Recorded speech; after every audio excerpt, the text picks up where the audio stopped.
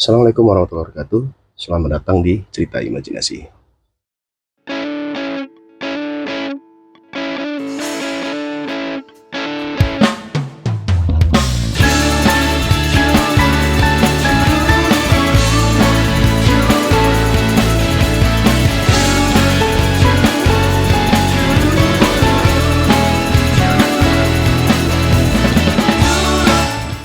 Konten kali ini, gue mau membahas masalah kasus Vina ya. Nah, di konten ini gue coba untuk menyusun puzzle-puzzle berdasarkan data dan berita yang telah beredar di masyarakat. Sehingga cerita yang penuh plot twist ini menjawab pertanyaan yang selama ini muncul di benak gue. Disinilah gue akan membahas, gue akan mempersingkat semuanya, gue rangkum semuanya dari beberapa berita gue kumpulin. Jadi gue berharap teman-teman itu tidak berspekulasi terlalu jauh. Makanya gue rangkum lah dari beberapa berita ya. Gue kelompokkan jadi 4 fakta. Kasus pembunuhan Vina dan kekasihnya si Eki itu terjadi pada tanggal 27 Agustus 2016 ya kan. Nah, itu terjadi di Desa Kemompongan, Kecamatan Talun, Kabupaten Cirebon. Pada saat kejadian awal, almarhumah Vina dan almarhum Rizky atau Eki sempat diduga korban kecelakaan tunggal. Tapi di sini adanya kejanggalan berupa luka yang ditemukan di tubuh korban akhirnya bisa mengungkapkan tabir kasus ini. Ya. Nah, 8 orang pelakunya lalu diamankan.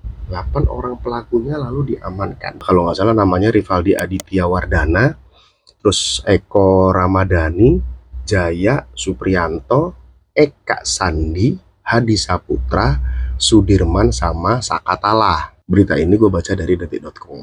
Nah, lalu di kompas.com, 8 pembunuhan Vina yang ditangkap itu terjadi pada tanggal 31 September 2016. Nah, gue ulangi ya, tanggal 27 Agustus itu adalah tanggal kejadian.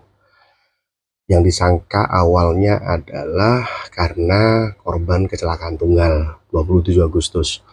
Lalu, tanggal 31 September 2016 itu 8 tersangka ditangkap.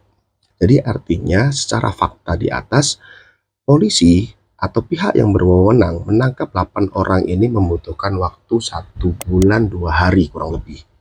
Ya, 1 bulan 2 hari rangkuman yang tadi. Oke, next ya. Nah, seperti yang kita tahu bahwa kasus Vina dan Eki ini kembali mengemuka. Jadi kembali viral setelah sebuah rumah produksi di company mengadaptasi kisahnya menjadi film horor yang kontroversial berjudul Vina Sebelum 7 Hari. Dari sinilah netizen dan masyarakat Indonesia kembali memviralkan kasus ini. Oke, sehingga kasus ini berhasil mencuat kembali hingga pihak kepolisian mengumumkan daftar 3 DPO, daftar pencarian orang. Jadi setelah viral, polisi itu merilis nama 3 DPO ini untuk dilanjutkan kasus ini. Oke, berikutnya Peggy Perong itu tertangkap pada hari Selasa tanggal 22 Mei 2024. Yang DPO pertama tertangkapnya tanggal 22 Mei 2024. Nah, sengaja gue tidak menampilkan tanggal rilis 3 DPO-nya ya dari kepolisian, karena informasinya itu di beberapa berita itu masih simpang siur nih kapan tanggalnya rilisnya itu tanggal rilisnya DPO ini. Nah, yuk sama-sama mari kita hitung. Anggap aja kita hitung kasus ini muncul lagi ke permukaan itu setelah 8 tahunnya kita anggap tidur. 8 tahun ini kita anggap tidur atau tenggelam dari tanggal rilisnya filmnya Vina. Ya. Nah, tanggal rilis filmnya Vina Sebelum 7 Hari itu tanggal 8 Mei 2024. Dan Peggy Perong itu tertangkap tanggal 22 Mei 2024. Hanya butuh waktu 14 hari menangkap 1 orang DPO yang selama 8 tahun itu dicari. Artinya polisi membutuhkan waktu 14 hari untuk menangkap salah satu 3 DPO ini, yaitu Peggy Peron. Itu hanya butuh waktu 14 hari. Nah, kesimpulan yang gue bahas tadi di fakta pertama itu adalah di tahun 2016 lalu, polisi hanya membutuhkan waktu 1 bulan 2 hari. Oke, dan tahun 2024 ini setelah kasusnya tidur panjang hanya membutuhkan waktu sekitar 14 hari. Jadi pertanyaan gua, mengapa kasus ini kok bisa lama tertidur selama kurang lebih hampir 8 tahun lamanya? Kita simak di fakta kedua. Fakta kedua itu adalah BAP atau berita acara penyidikan. Nah, fakta kedua ini menyambung dengan pertanyaan gua yang ada di fakta pertama. Kenapa kasus ini sempat tertidur kurang lebih selama 8 tahun? Oke. Nah, menurut berita yang gue baca dari CNN Indonesia, menurut Direktur Kriminal Umum Polda Jabar, Direkkrimum, Komisaris Besar Surawan mengatakan para pelaku kasus pembunuhan Pina dan pacarnya Eki yang terjadi di Cirebon kini sudah divonis. Para pelaku tersebut sempat mencabut keterangan mereka dalam berita acara pemeriksaan atau yang disebut dengan BAP. Ya, beliau pun membantah soal tudingan ada perubahan BAP dalam perkara ini. Ini tertulis dalam berita. Lanjut, dan dilansir dari detik.com, mulanya kasus ini itu ditangani sama Polresta Cirebon awalnya kasus ini. Namun saat dilimpahkan ke Polda Jabar, para tersangka ini malah mencabut keterangan mereka yang sudah dalam bentuk BAP. Oke, keterangan ini di dalam BAP itu, keterangan ini yang dicabut itu termasuk 3 orang yang kini berstatus menjadi buron atau DPO tadi. Supaya jangan dimarahin. Kata Pak Surawan, para tersangka 8 orang ini memberikan keterangan di Polresta Cirebon. Mereka kooperatif awalnya. 8 tersangka ini mereka kooperatif, memberikan keterangan apa yang sesuai mereka lakukan. Lalu, ketika kasus ini dilimpahkan ke Polda Jabar, mereka beramai-ramai mencabut dan tidak mengakui perbuatannya, termasuk keterangan soal 3 DPO itu, kata beliau. Ya, nah, Surawan pun mengatakan pencabutan BAP ini juga dilakukan ketika semua sudah masuk ke persidangan. Pencabutan keterangan ini menurutnya jadi salah satu kendala. Ya, ingat ya, pencabutan keterangan ini yang BAP tadi dicabut itu menurut Pak Surawan itu adalah menjadi salah satu kendala penelusuran lebih lanjut soal 3 DPO yang masih buron sejak 8 tahun lalu. Karena itu Pak Surawan membantah, kata beliau ya, Pak Surawan ini membantah ada intervensi dari penyidik dalam kasus ini. Pencabutan keterangan ini justru jadi kendala tersendiri dalam kasus ini. Nah, itu terjawab fakta pertama, kenapa kok kasus ini tertidur selama 8 tahun. Terus gue bertanya, kenapa pada saat 8 tahun lalu itu dicabut BAP-nya, sekarang DPO-nya bisa dirilis? Apakah tetap berdasarkan BAP yang lama? Atau tersangka 8 orang yang baru ini dimintai keterangan lagi dan ada BAP baru lagi? Kalau memang 8 tersangka yang ditangkap 8 tahun yang lalu itu dimintai keterangan lagi, saya juga menemukan berita bahwa pengacara Yogi Nainggolan, ini pengacara 5 pelaku yang disanakan dari 8. Jadi ini saya ngutip dari yang pengacara 5 pelaku aja nih. Alasan para kliennya itu pernah mencabut keterangan BAP karena kliennya dalam kondisi tidak berdaya setelah diamankan petugas. Dan beliau juga mengatakan usai mencabut BAP ini diharapkan ada pengambilan keterangan ulang oleh penyidik. Namun hal ini tidak pernah dilakukan hingga kasus ini bergulir ke persidangan. Yogi bersikeras kliennya tidak terlibat di kasus pembunuhan ini. Karena itu saat kasus ini kembali ke permukaan, kembali mencuat, Beliau mengatakan akan mempertimbangkan untuk mengajukan peninjauan kembali ke PK. Kalau gue pribadi, gue masih bingung. 3 DPO yang rilis ini apakah masih menggunakan BAP yang lama atau menggunakan BAP yang baru? Jika menggunakan BAP yang lama, kenapa tidak dirilis pada 8 tahun yang lalu? Nah, kalau jawabannya kan 8 tahun yang lalu kan dicabut BAP-nya. Oke, kalau dicabut berarti nggak bisa ngapa-ngapain dong, ya kan? Nah, terus DPO yang dirilis tahun ini itu apakah ada BAP yang baru? Gue tidak tahu secara prosedurnya bagaimana karena gue juga bukan orang hukum. Ini masyarakat awam aja yang gue bertanya. Gue coba meneliti kata per katanya dari setiap berita. Di situ poinnya. Oke, gue lanjut dulu ke fakta yang ketiga. Yang ketiga yaitu Ibtu Rudiana, ayah almarhum Eki. Mohon maaf, gue harus mengutip ini karena ada beberapa yang menurut gue itu harus gue sampaikan. Sebelum kita membahas jauh mengenai siapa ayah almarhum Eki atau Muhammad Rizky Rudiana, gue akan membaca profil beliau dulu ya. Ini dikutip dari Jatim Network. Seperti yang kita tahu bahwa ayah Eki ini adalah seorang polisi yang saat ini menjabat sebagai Kapolsek KPTkan. Ya, mohon maaf kalau penyampaian gue salah atau pengejaan gue salah. KPTkan ya, kalau nggak salah KPTkan. Kalau ada yang salah minta tolong direvisi di kolom komentar, ini omongnya apa nih, KPTkan ya. KPTkan Polres Cirebon Kota Jawa Barat. Beliau bernama Ibtu Rudiana dengan gelar SHMH. Nah, gelar sarjana beliau itu kan sarjana hukum SH, terus magister hukum MH, ya kan? Nah, sebelumnya jabatannya juga tak kalah strategis karena menjadi Kapolsek Kesambi Kota Cirebon. Nah, beliau merupakan lulusan Sekolah Inspektur Perwira SIP, Sekolah Pembentukan Perwira Sukabumi Resimen Wirasatya Harjuna atau disingkat WSH tahun 2017. Kalau kalian penasaran, kalian bisa cek di Google deh.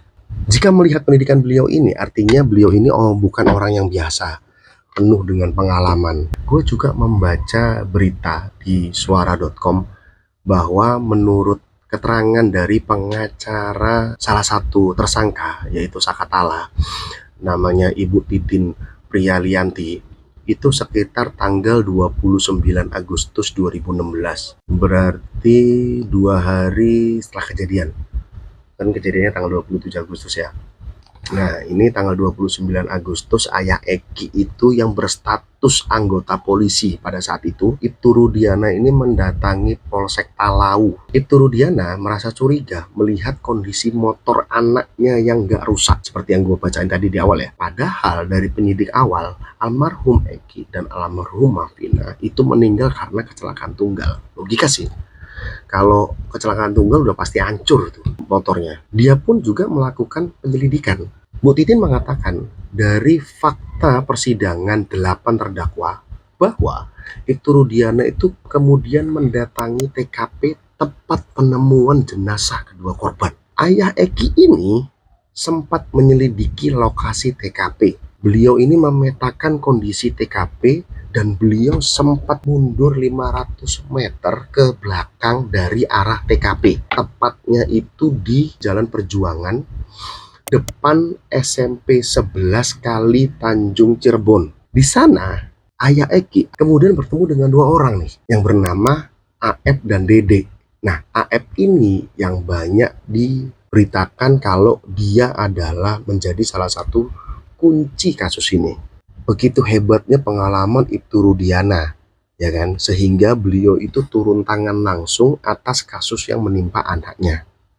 Nah, saat itu beliau itu melakukan penyidikan kalau nggak salah ya, beliau itu masih menjabat sebagai reskrim narkoba. Karena informasi ini gue dengar nih dari berita YouTube di TV One. Pertanyaan gue ya, bisa jadi keterlibatan ayah almarhum Eki ini membantu penyidik untuk mengungkapkan pelaku di tahun 2016 lalu. Beliau dan tim itu tidak membutuhkan waktu lama untuk menangkap 8 tersangka. Gue bertanya, kenapa kasus ini begitu lama terselesaikan? Jawabannya itu tadi, karena 8 tersangka ini beramai-ramai mencabut BAP. Mungkin Ibtu Rudiana ini kesusahan untuk melanjutkan kasus ini karena beliau menghormati proses sebagai orang yang bekerja di kepolisian, masih punya etika kerja. Gue lanjut ya, masih dengan yang fakta ketiga. Ada beberapa berita di media sosial dan semua berita pun mengutip itu, pengacara kondang Hotman Paris itu sekarang mencoba untuk menghubungi Ibtu Rudiana, namun beliau tidak menanggapi atau belum menanggapi Bang Hotman Paris. Padahal beliau adalah pengacara keluarga almarhumah Vina. Yang mana kita tahu almarhumah Vina ini adalah peran utama korban viralnya kasus ini. Sekali lagi, ada apa, Pak? Pak Hotman itu hanya mencoba untuk menghubungi Ibtu Rudiana. Tapi Bapak belum jawab. Apakah karena Bapak menghormati status kepolisian Bapak dan mengikuti SOP yang ada, atau ada yang lain, Pak? Ya minimal Bapak balas kayak jawaban WA Bang Hotman. Apa Bang Hotman? Kopi di mana kita? Biasa itu Pak, orang Medan itu Pak, di Kopi Joni. Ngopi dulu kita, ngopi dulu. Mungkin beliau juga, Bang Hotman juga nggak menanyakan banyak hal. Bang Hotman ini cuma nanya pertanyaan serpihan-serpihan aja, yaitu masalah kasus ini. Oke, masuk ke fakta yang keempat. Dalam fakta yang keempat ini, gue sedikit mengerucut. Apakah nanti teman-teman juga bisa menilai dari fakta pertama, fakta kedua, fakta ketiga, apakah ada hal yang ganjal di kasus ini atau memang kasus ini sudah diatasi dengan baik. Kasus keempat adalah ancaman kakak Vina dan tim produser film Vina sebelum 7 hari. Apa itu? Sesuai diberitakan di media, saat kakak Vina dan produser film Vina sebelum 7 hari konferensi pers dengan Bang Hotman, nah mereka menyatakan bahwa ada 2 orang dengan seragam bebas. Pada saat itu Bang Hotman nanya, siapa itu Bu yang datang? Polisi.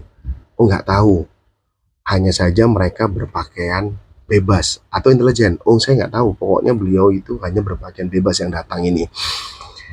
Nah, 2 orang yang mendatangi dengan berpakaian bebas ini itu sempat mendatangi kakak dan tim produser dari film Vina sebelum 7 hari. Hal ini disampaikan sendiri nih oleh kedua belah pihak saat konferensi pers. Jadi setelah gua ketemu berita itu, gua bertanya dong, ada apa ya kok sampai segitunya kasus ini? Padahal ini film yang mau tayang. Gue juga ngeliat filmnya ini tidak sama persis seperti yang diberitakan. Sebelum film ini main, itu sudah ditulis bahwa film ini sebenarnya tidak sama sesuai dengan cerita aslinya karena untuk kebutuhan film. Tapi ada apa kok sampai segitunya kakaknya Vina sama tim produsernya ini diteror sama 2 orang yang gak dikenal. Lalu siapa mereka? Kalau memang begitu artinya ada ancaman dong dari luar yang tidak rela atau tidak berkehendak film ini tayang. Karena mereka tahu jika film ini rilis itu pasti akan booming dan kasus ini akan terbangun lagi dari tidur. Kenapa sampai segitunya orang di luar sana, gue tidak berbilang orang yang berkepentingan atau berwenang ya, ini siapapun bisa, atau ancaman dari tersangka atau ancaman dari yang lain, film ini tuh takut kalau kasus ini bisa muncul lagi ke permukaan. Well, semua hanya Tuhan yang tahu. Dan gua sebagai konten kreator hanya bisa memberikan pandangan positif ke teman-teman. Jika pandangan teman-teman itu lain, bisa kita diskusikan di kolom komentar. Data yang gue sajikan ini tuh simple. Gue ambil dari beberapa hal kecil saja. Menurut gue itu banyak pertanyaan. Kalau kita bandingkan dengan kasusnya Sambo pada saat itu, secara profesional, kasus ini terbongkar meskipun viral dulu. Sama, waktu itu kasus Sambo juga viral. Nah, kasus yang Vina ini juga viral. Artinya, apakah setiap kasus ini viral dulu baru akan dikerjakan? Jadi, apapun yang terjadi, saya berharap agar tidak ada terjadi kasus Vina-Vina yang lain, baik itu secara kriminal maupun secara proses penegakan hukumnya. Apakah citizen dan netizen ini sekarang bisa dibilang tangan Tuhan untuk menguak semua masalah yang ada di negeri ini. Gua akan update masalah kasus Vina ini lebih lanjut. Cocok tarik, nggak cocok taruh, mati tanam. Assalamualaikum warahmatullahi wabarakatuh.